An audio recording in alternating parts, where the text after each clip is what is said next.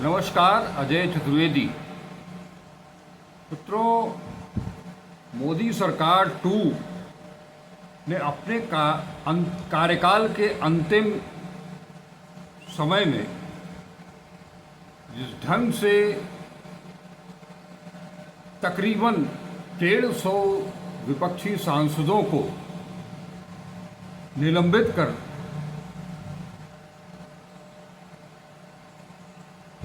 आपराधिक विधियों में बिना किसी चर्चा के व्यापक संशोधन किया, इन तीनों विधियों का हिंदुत्ववादी नामकरण कर दिया तथा लगभग एक शताब्दी के दौरान प्रतिपादित आपराधिक विधि शास्त्र की स्थापित मान्यताओं को तहस नहस कर दिया। आज हम उस विषय पर चर्चा करने जा रहे हैं और चर्चा में हमने शामिल किया है, आमंत्रित किया है देश के जाने माने संविधानविद, कानूनविद, बनारस हिंदू विश्वविद्यालय विधि संकाय के प्रमुख रहे प्रोफेसर MP सिंह साहब को। आप सब इस वीडियो को ध्यानपूर्वक पूरा देखें, तभी आप समझ पाएंगे कि ये जो विधियों का जो हिंदुत्ववादी नामकरण किया गया या आपराधिक विधियों में बिना किसी चर्चा के जो व्यापक संशोधन किया गया, वो संशोधन का मूल उद्देश्य जीवन एवं स्वतंत्रता के मौलिक अधिकारों का हनन करना है।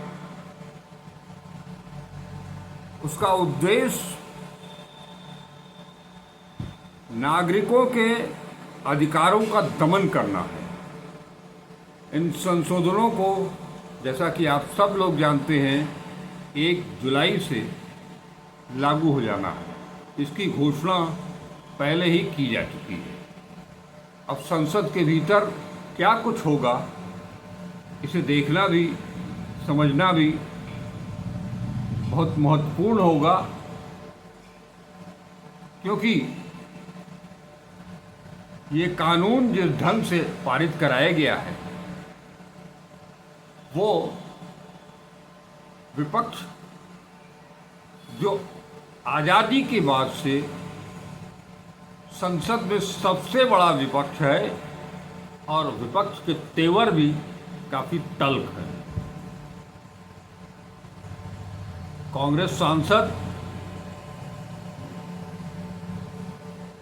और विपक्ष पूरी तरह से इस पर पुनर्विचार करने, फिर से चर्चा कराने की मांग जरूर करेगा। लेकिन उन सब से पहले हम सुनते हैं प्रोफेसर MP सिंह साहब को। 3 विधेयक गृह मंत्री के रूप में अमित शाह जी ने मानसून सत्र के अवसान होने के समय राज्यसभा में पेश किया। इसके सब्सटेंस या सार को समझने के पहले इसके पीछे के सम्यक परिप्रेक्ष्य को समझना बहुत जरूरी है। एक तो जो वर्तमान शासक दल है, इनको ऐसा लगता है कि अगर सभी चीजों का नाम हिंदी में कर दिया जाए,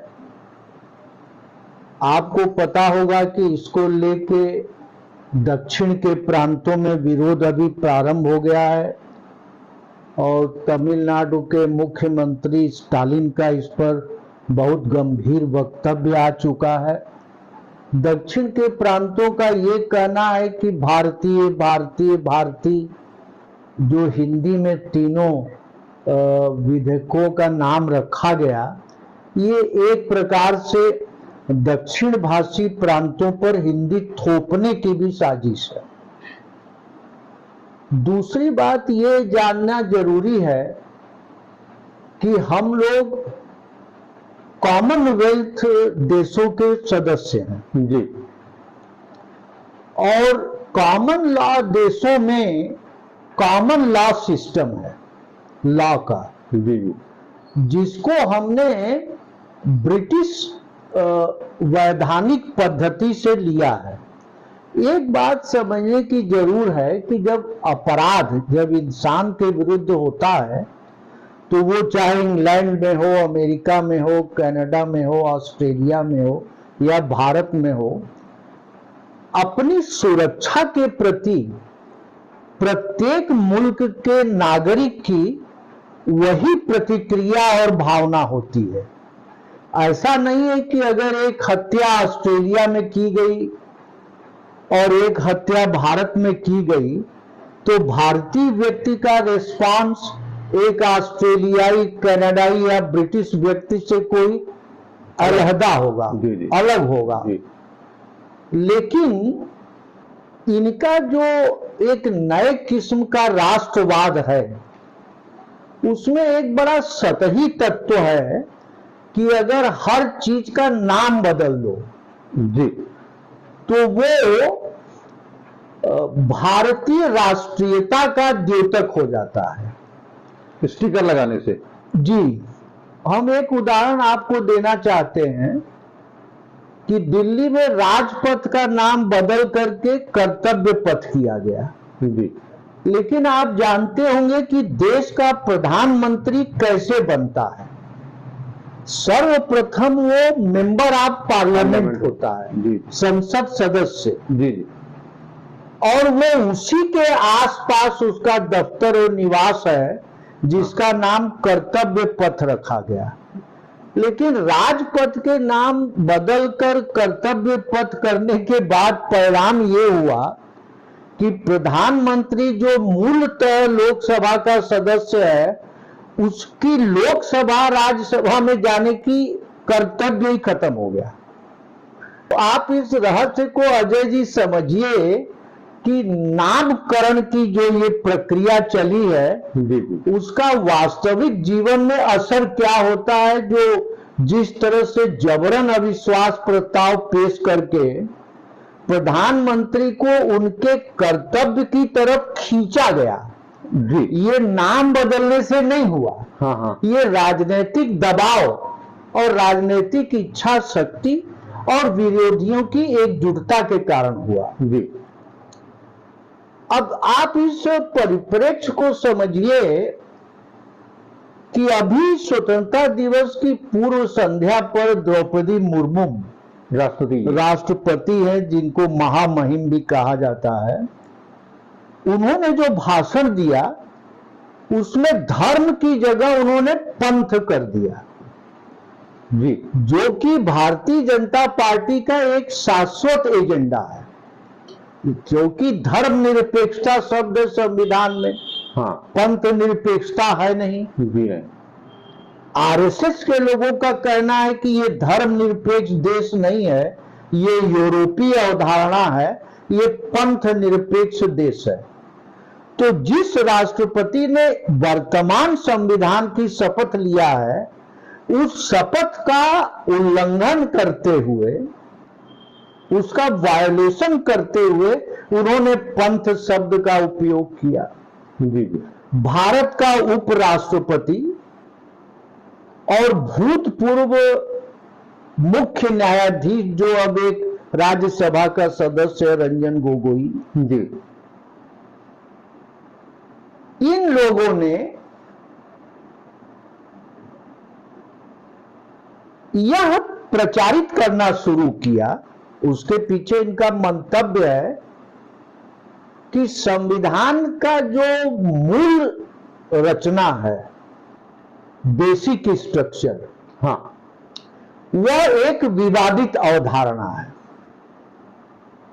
और उसी बात को एक प्रधानमंत्री के आर्थिक सलाहकार समिति के अध्यक्ष हैं विवेक देबराय जी उन्होंने एक लेख लिख दिया 3 दिन पहले मिंट अखबार में कि अब समय आ गया है कि भारतीय संविधान को बदल दिया जाए।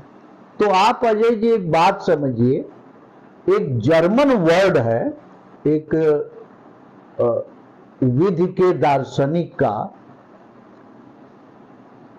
वो शब्द है ग्रुंडनार्म। तो जो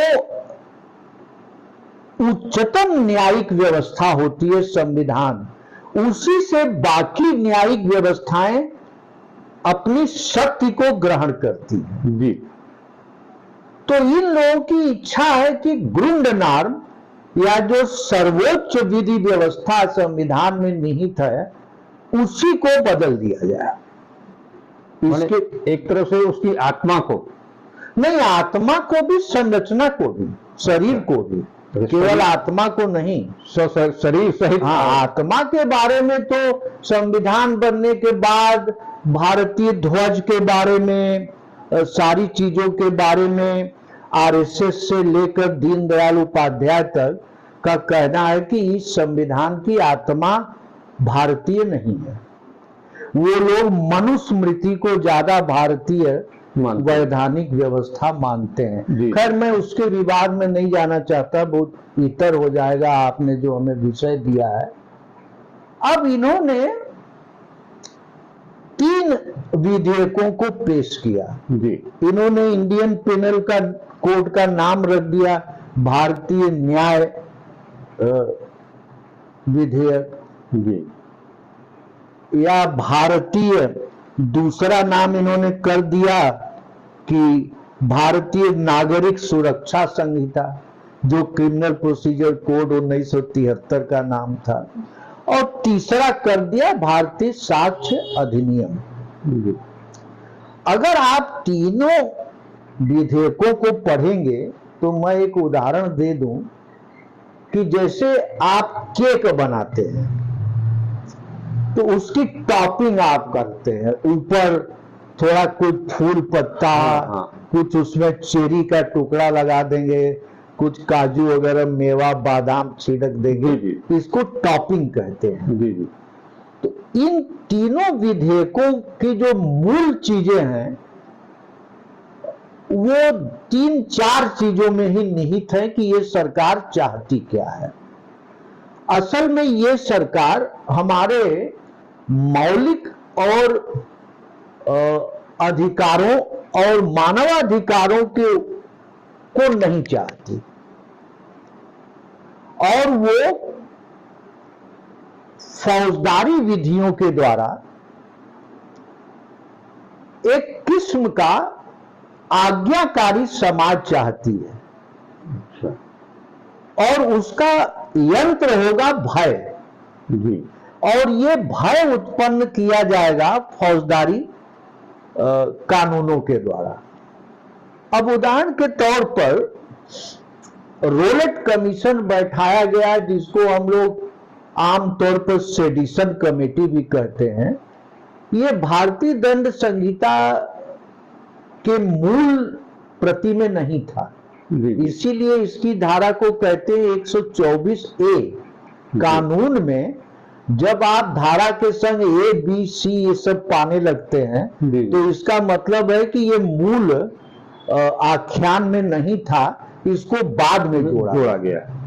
तो इसके पीछे बरतानवी औपनिवेशिक मानसिकता ये थी, क्योंकि गदर प्रारंभ हो गया था 57 का, 1857 का, और अंग्रेजों को ये महसूस होने लगा था कि विद्रोह का प्रारंभ हो गया है। जी।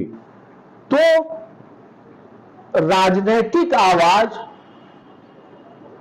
को कुचलने के लिए उन्होंने ये देशद्रोह के कानून भारतीय दंड संहिता की धारा 124 क में ये लाए। जी, जी। ये धारा इंग्लैंड में ही समाप्त हो गई है, राजद्रोह। जी। जिस देश के लोगों ने इसे बनाया वही समाप्त हो गई। हमारे ऊपर जबरन शासन करने के लिए, हाँ। उस प्रजातांत्रिक मुल्क में ही ये धारा समाप्त कर दी गई। ये धारा अमेरिका में भी नहीं है, किसी सभ्य प्रजातांत्रिक मुल्क में नहीं है। इसके बारे में सुप्रीम कोर्ट में कई रिट फाइल की है, जो केस चल भी रहा है, जिसके बारे में सुप्रीम कोर्ट ने केंद्रीय सरकार को नोटिस जारी कर दिया है। और ये जो तुषार मेहता हैं, जो कि एक तरह के वर्तमान शासन व्यवस्था के वैधानिक बाउंसर हैं सुप्रीम कोर्ट में, ये जिस तरह से हड़काते हैं, डांटते हैं जजेस को वगैरह वगैरह, फिर उसके विस्तार में मैं नहीं जाना चाहता। तो यह विधि शास्त्रियों का, विद्वानों का, बड़े बड़े अधिवक्ताओं का, सामाजिक संगठनों का, मानवाधिकार संगठनों की ये लगातार मांग रही कि सेडिशन के कानून को अब हटा देना चाहिए एक प्रजातांत्रिक व्यवस्था में, जबकि सारे सभ्य समाजों ने हटा दिया। मान लीजिए रूस, चाइना या कुछ अफ्रीकी देशों को छोड़ दीजिए, सूडान है, ये है, वो है, तो सभ्य प्रजातांत्रिक विकसित समाजों में ये नहीं है। ये मांग चल रही थी। अमित शाह जी ने क्या किया कि 124A को हटाकर सेडिशन नाम हटा दिया, जैसे राजपथ कर्तव्य पथ हो गया, अब ये धारा 150 हो गई। और सेडिशन के जो दमनकारी विश्लेषणात्मक अवधारणाएं थी, उनको और गंभीर कर दिया राज्य के आतंक को बढ़ाने के लिए। जैसे मैं आपको उदाहरण दे दूं, अगर इसकी परिभाषा जो इस समय है, जो मैं आपको इंडियन एक्सप्रेस से ले रहा हूं आपकी मदद के लिए, मैं पढ़ देता हूं अंग्रेजी में, फिर हिंदी भी कर दूंगा। Section 150 states whoever purposely or knowingly by words, माने शब्दों के माध्यम से, जैसे हम लोग बात कर रहे हैं, आइदर स्पोकन और रिटन, लिखित या बोले गए शब्दों के माध्यम से, और बाई साइन, चिन्हों के माध्यम से, जैसे कार्टून,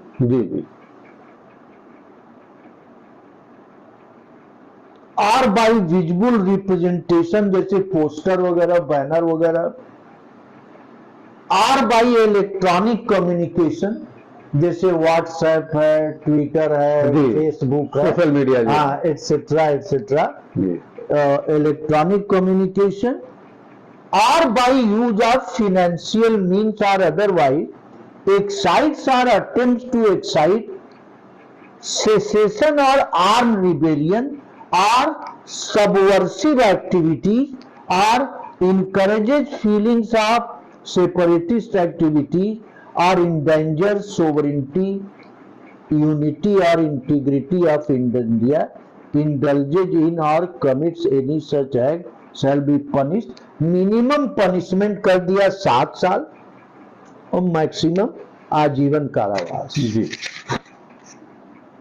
तो अब इसमें यूनिटी, इंटीग्रिटी, सोवरेंटी डाल दिया, इसको पारिभाषित नहीं किया कि इंटीग्रिटी माने होता क्या है,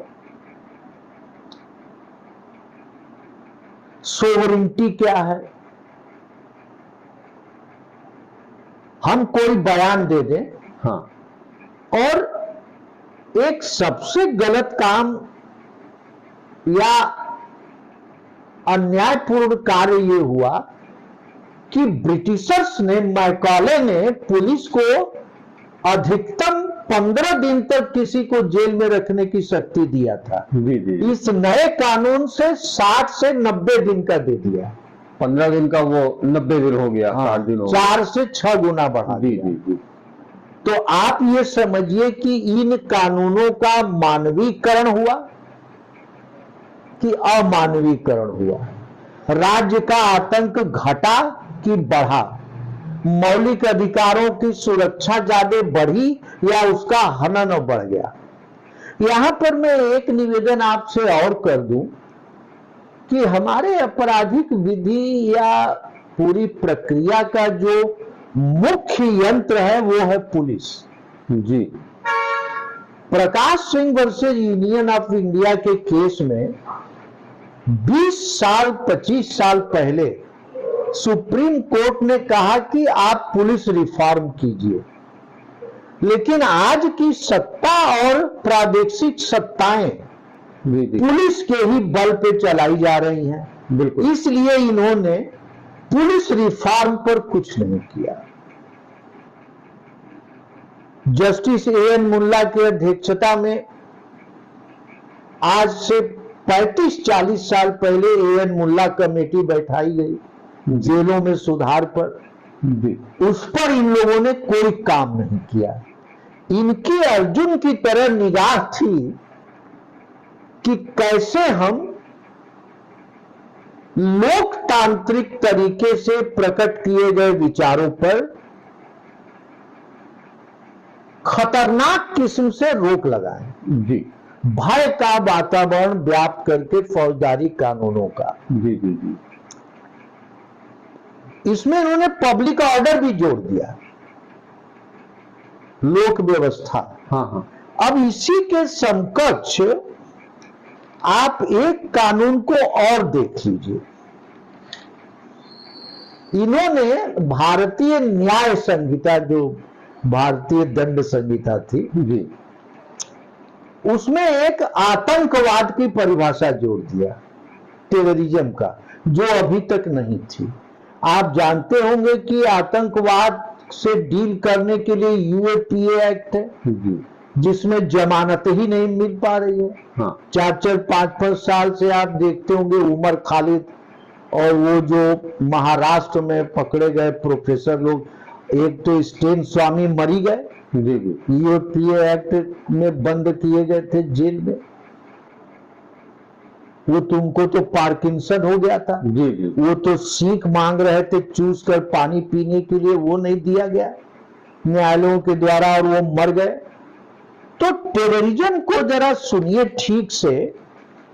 terrorism has been defined under the law for the first time. According to the bill, a terrorist is one who commits any act in India or foreign country with the intention to threaten the unity, integrity and security of India, to intimidate the general public, सामान्य नागरिक में भय पैदा करना। अब ये कैसे नापेंगे आप इसका तो कोई, कि सामान्य नागरिक में भय पैदा हुआ कि नहीं? पुलिस कह देगी कि भय पैदा हुआ, आपको यूएपीए में उठा के डाल देगी कि आप टेररिस्ट एक्ट आपने किया। अब आप सड़ जाइए जेल में, स्टेन स्वामी की तरह मर जाइए। दहशत पैदा करना एक आज्ञाकारी समाज के लिए। और ए सेगमेंट देयरऑफ और टू डिस्टर्ब पब्लिक ऑर्डर। मान लीजिए किसान आंदोलन हुआ, हाँ ठीक है, ये दिल्ली के बॉर्डर पे बैठ गए। इसमें इन्होंने जोर दिया कि अगर आप आवश्यक सेवाओं को बाधित करते हैं वह भी टेररिज्म है। मान लीजिए बिजली विभाग के कर्मचारियों ने हड़ताल किया, हाँ, जल कल के विभाग के कर्मचारियों ने हड़ताल किया, या जैसे राफेल खरीदा गया जी जी, तो एचएएल के कर्मचारी हड़ताल पर चले गए थे। तो एसेंशियल सप्लाई को बाधित करने और लोक व्यवस्था, जैसे सड़क पर बैठ गए दिल्ली में तो लोक व्यवस्था को पुलिस कहेगी कि आप बाधित कर रहे हैं, इन सबको उठा के यूएपीए में डाल दिया जाए।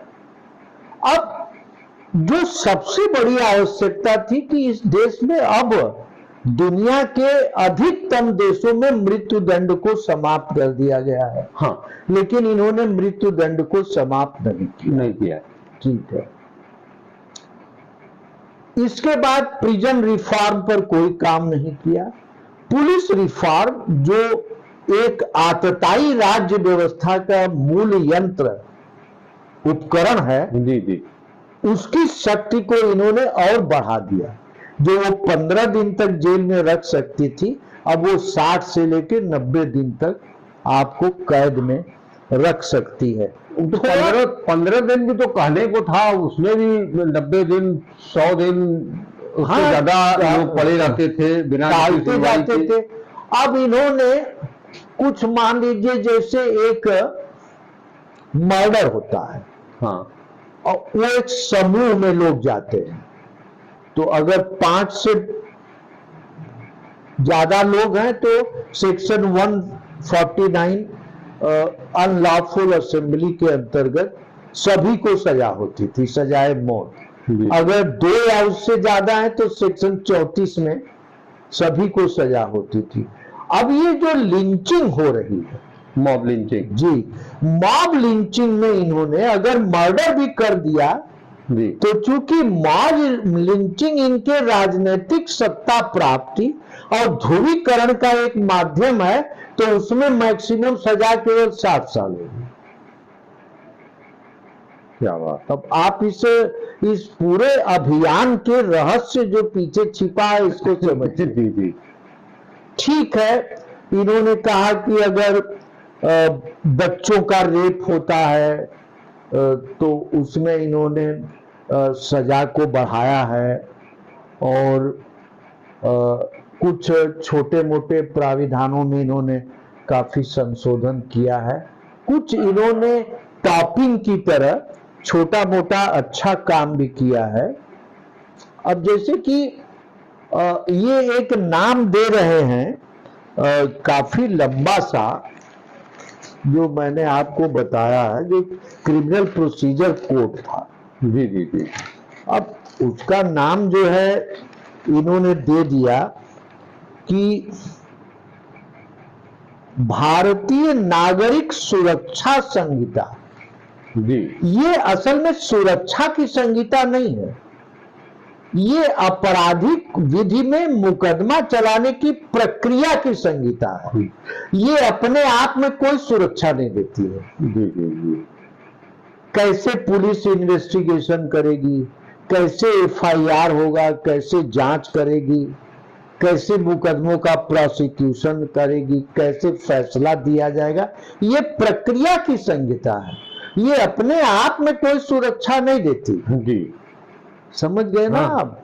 तो इस तरह से अगर आप इसको मतलब बहुत व्यापक डिटेल में न जाएं तो आप ये कह सकते हैं कि एक भ्रम का मायाजाल बनाकर जी कि मैं औपनिवेशिक सत्ता के द्वारा जो कानून लादा गया था उसमें हम हर में भारतीय जोड़ दे रहे हैं, तो वो कानून भारतीय हो गया। अगर आज किसी मुल्क का कानून बहुत प्राचीन होगा, वर्तमान व्यवस्थाओं के अनुकूल नहीं होगा, तो आपकी कॉमनवेल्थ कंट्रीज में खास तौर से जग हंसाई होगी। हाँ। ठीक है, तो मतलब संक्षेप में यही कहा जा सकता है कि इन जो प्रयत्न किया गया माननीय गृह मंत्री जी के द्वारा, यह तो किया तो गया कि गुलामी की मानसिकता से अब हम मुक्त होने जा रहे हैं इन तीनों विधानों के द्वारा। लेकिन इसके पीछे जो इसकी आत्मा है वह एक आज्ञाकारी समाज की स्थापना है, और उस आज्ञाकारी समाज की स्थापना के लिए जिस सामान्य भय की आवश्यकता है जनता में फैलाने की, वो इन तीनों कानूनों के माध्यम से किया जाएगा। एक चीज इन्होंने रूस से प्रेरणा लेके, जैसे प्रिजन लेबर था, हाँ। कि छोटे छोटे अपराध जैसे 5,000 तक की चोरी है, पॉकेटमारी है, उसमें हम उनको जेल में न डाल के उनसे कह देंगे कि जाके आप कोई लोकहित का कार्य करिए, कोई श्रमदान करिए, किसी की मदद करिए। इस तरह का एक उनको कार्य सौंपा जा सकता है। ये कहते हैं कि जेल की भीड़ को थोड़ा कम किया जाएगा जो छोटे छोटे अपराध में लोग हैं। लेकिन जैसे कि इन्होंने कहा कि जेल से लोग छोड़ दिए जैसे जा रहे हैं, जैसे बिल्किस बानो का केस है, हाँ या जो बिहार के एक माफिया आनंद सिंह छोड़े गए, जी तो इनका कहना है कि अधिक से अधिक ये हो सकता है कि अगर वो मृत्यु दंड का अपराधी है तो उसे आजीवन कारावास दिया जा सकता है, छोड़ा नहीं जा सकता। और अगर आजीवन कारावास का अपराधी है तो उसे 7 साल के बाद छोड़ा जा सकता है। हाँ रिहा किया जा सकता है। यह जरूरी था इनको करना, क्योंकि इन्होंने बिल्किस बानो के अपराधियों को रिहा किया था, जी तो उसके लिए इन्होंने एक आवरण तैयार किया है इस प्रयास के माध्यम से। तो इसमें काफी दूसरी एक इन्होंने चाल ये चला है कि अगर आप भारतीय दंड संहिता को देखेंगे तो हर धारा के 2 हिस्से होते थे, 2 नंबर होता था जी एक और बात याद आई कि इन्होंने डिफेमेशन को नहीं हटाया, जबकि दुनिया के सारे सभ्य प्रजातांत्रिक मुल्कों में डिफेमेशन अब अपराध नहीं है। आप उस पर दीवानी मुकदमा कर सकते हैं, मुआवजा मांग सकते हैं जी कि हमारी प्रतिष्ठा को इतनी क्षति पहुंची, आपकी प्रतिष्ठा का आर्थिक आधार क्या होगा वो तो समझा जा सकता है। तो उसको भी नहीं हटाया इन्होंने, मृत्यु दंड को भी नहीं हटाया, पुलिस रिफॉर्म को भी नहीं किया, जेल में सुधार भी नहीं किया। जी तो कुछ छोटे छोटे इन्होंने सराहनीय काम भी किए हैं। हाँ। ये बात नहीं, हम जो आपसे चर्चा कर रहे थे कि जैसे कोई अपराध हुआ धारा 399 में, या चोरी हुई 378 में, अपराध की परिभाषा है। हाँ। और 379 में उसका दंड है। जी तो इन्होंने दोनों को मिला के एक धारा का कर दिया, और ये शोर कर रहे हैं भारतवर्ष में कि हमने बहुत अधिक धाराओं को खत्म कर दिया। जी। खत्म नहीं किया, मिला दिया। मिला दिया। तो इस तरह की ढेर सी चालबाजियां इसमें की गई हैं, लेकिन इसके मूल तत्व में एक राज्य का भय पैदा करके एक आज्ञाकारी समाज की रचना करना है, और अपने विद्रोहियों को अधिकतम सजा देनी अधिकतम दिन के पुलिस के कब्जे में रखना, और अधिकतम उनके संग अन्याय और उनकी प्रताड़ना करना। हमें तो मूल उद्देश्य यही दिखाई पड़ता है। मतलब लबोलब आप इस पूरी जो प्रक्रिया अपनाई गई है भारतीय दंड संहिता में की धाराओं में परिवर्तन करके, अभी मैं सुन रहा था पिछले दिनों जैसे ही ये परिवर्तन विधेयक लाया गया उसके बाद कपिल सिब्बल साहब का इंटरव्यू एक हुआ था, और उसमें वो बता रहे थे कि जैसे कोई भी सरकारी कर्मचारी, जो आपने अभी जिक्र किया, हाँ। कोई भी सरकारी कर्मचारी या अधिकारी अपने हक की आवाज बुलंद नहीं कर नहीं, सकता है। इवन जजेज, हाँ न्यायाधीशों पर भी मुकदमा किया जा सकता है। जी जी जी हाँ। जी जी उठा के आपको सेडिशन में बंद कर देंगे। मैंने आजादी के बाद से या आजादी के दिनों से जो ये नियम, जो ये कानून देखिए लाए गए थे। अजय जी, पूरे स्वतंत्रता आंदोलन से हाँ। लेकर हाँ। जो हमारी कंस्टिट्यूएंट असेंबली में जिसने संविधान बनाया, जिसमें नेहरू, अंबेडकर, मौलाना आजाद, राजेंद्र बाबू, बड़े बड़े लोग थे। एक्चुअली ये संविधान के प्रारंभ से ही इस संविधान और इसके, देखिए इसको ऐसे समझा जाता है विधि शास्त्र में त्रिभुज से जी कि ये शीर्षस्थ लॉ है कॉन्स्टिट्यूशन। हाँ। और इस शीर्षस्थ लॉ से फव्वारा यहां से निकलता है और बाकी कानून इससे प्रेरणा लेते हैं। जी जी जी तो ये शीर्षस्थ लॉ पर भी हमला करना चाहते हैं, इसी को बदल देना चाहते हैं, और नीचे के कानूनों का उपयोग ये एक आज्ञाकारी समाज तैयार करना चाहते हैं, जिसमें राजनीतिक प्रतिरोध, विरोध, सत्याग्रह जो गांधी की अवधारणा थी, धरना प्रदर्शन, किसी भी प्रकार का आंदोलन, किसी भी प्रकार का डिसेंट, इन सब को, या सेडिशन, तो हटा दिया नाम। हाँ हाँ 150 सेक्शन हो गया ऑफेंसेज अगेंस्ट द स्टेट, राज्य के विरुद्ध अपराध के हेडिंग में डाल दिया सेक्शन 150। सुप्रीम कोर्ट को भ्रमित करने के लिए इन्होंने, अब ये तुषार मेहता तर्क देंगे कि हमने सेडिशन हटा दिया क्योंकि 150 धारा अब हो गई। उसी तरह से टेररिज्म की परिभाषा देकर ये जो जन आंदोलन है, जो विरोध के स्वर हैं, वो सब का ये गला घोटना चाहते हैं। और जैसे मैंने आपसे अर्ज किया कि टॉपिंग है, हाँ। इधर उधर छोटे मोटे परिवर्तन करके ये दिखाना चाहते हैं।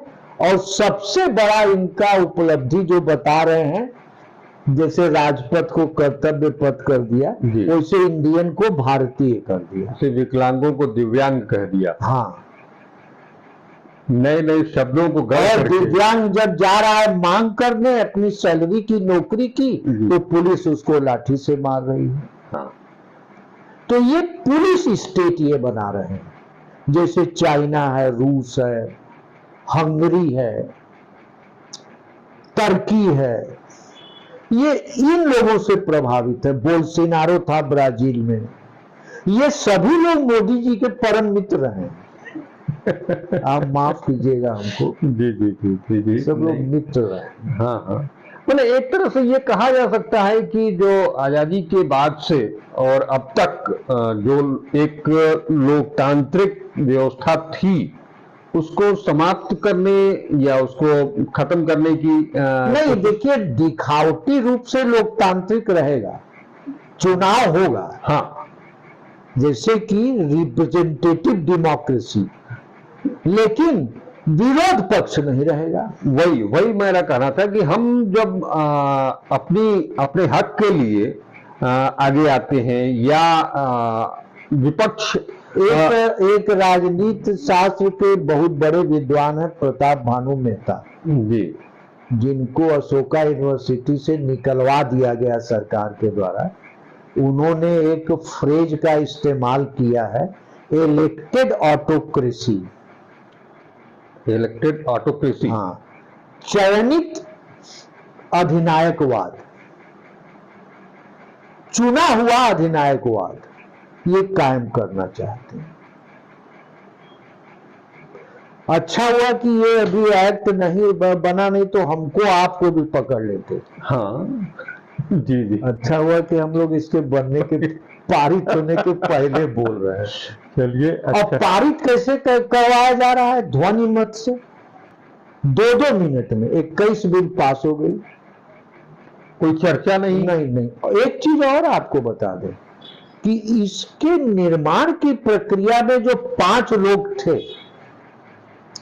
वो कोई आपराधिक विधि शास्त्र के विशेषज्ञ नहीं थे। एक तो महेश जेठामलानी थे जो भाजपा से एमपी हैं, एक रणवीर सिंह पहले वाइस चांसलर थे दिल्ली नेशनल लॉ यूनिवर्सिटी के, एक जीबी जोशी हैं, एक बलराज चौहान है। एक भी न्यायाधीश, एक भी क्रिमिनल लॉ का प्रोफेसर, एक भी आपराधिक विधि का बड़ा अधिवक्ता, स्कॉलर, रिसर्च स्कॉलर, उनके इस निर्माण की प्रक्रिया में कोई योगदान नहीं है। ये खास किस्म की कोटरी 5 आदमियों को बनाकर चुपके से। दूसरी बात है कि हमारे यहाँ की प्रक्रिया ये थी कि पहले इसको समाज में सर्कुलेट किया हाँ। जाता था, वेबसाइट आती थी, राय मांगते थे। पता ही नहीं चला कि इसमें किसकी राय मांगी गई, कपिल सिब्बल तक को नहीं मालूम, जी जी जो सुप्रीम कोर्ट में, कि किससे राय मांगी गई। तो यह एक गुप्त रूप से, यह एक प्रकार की इनकी राजनैतिक महत्वाकांक्षा है। और उसके लिए, जैसे मैंने कहा कि एक ये आज्ञाकारी समाज बनाना चाहते हैं, वो उसी का ताना बाना ये तीनों विधेयक है। लेकिन यहाँ एक चूक भी तो हो सकती है। हमेशा यही सत्ता में तो रहेंगे नहीं। अगर ये कानून बन जाता है तो ये कानून कल अगर ये सत्ता से बाहर होते हैं और दूसरा दल अगर सत्ता में आता है तो वो इनके खिलाफ इस्तेमाल करेगा। भाई कोई भी सत्ता अपनी शक्ति में क्षरण क्यों चाहेगा? आपने तो पर्चा दिया, हाँ,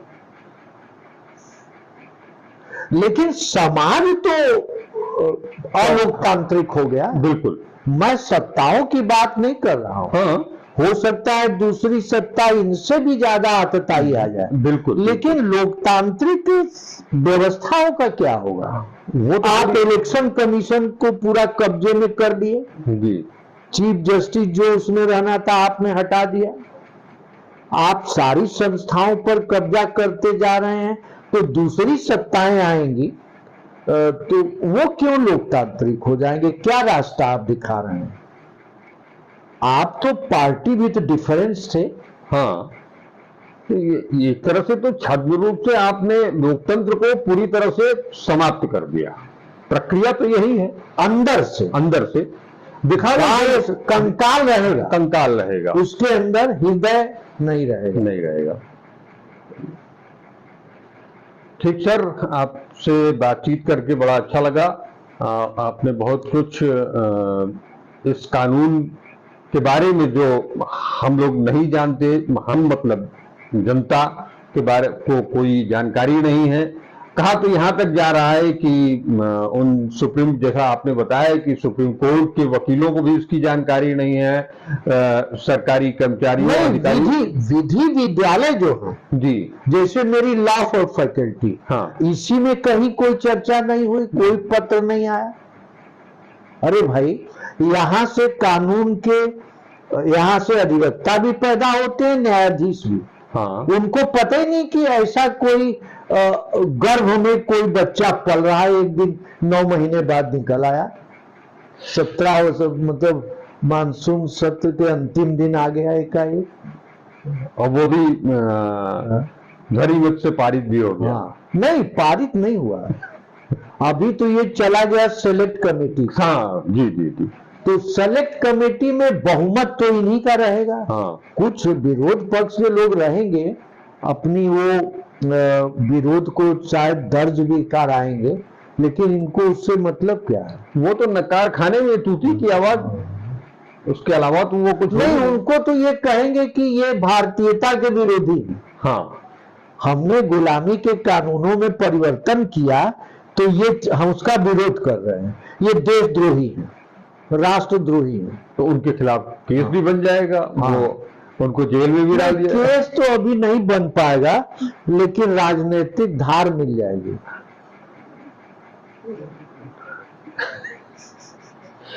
ठीक सर, आपका बहुत बहुत धन्यवाद, आपका बहुमूल्य समय लेने के लिए। आगे हम लोग फिर इस तरह की कोई नहीं, बड़ा अच्छा लगा। अगर वास्तव में ये कानून के विद्यार्थियों में एक ये होता है कि कानून का व्यापक प्रचार प्रसार भी होना चाहिए, इससे प्रजातांत्रिक प्रक्रियाएं सुदृढ़ होती हैं।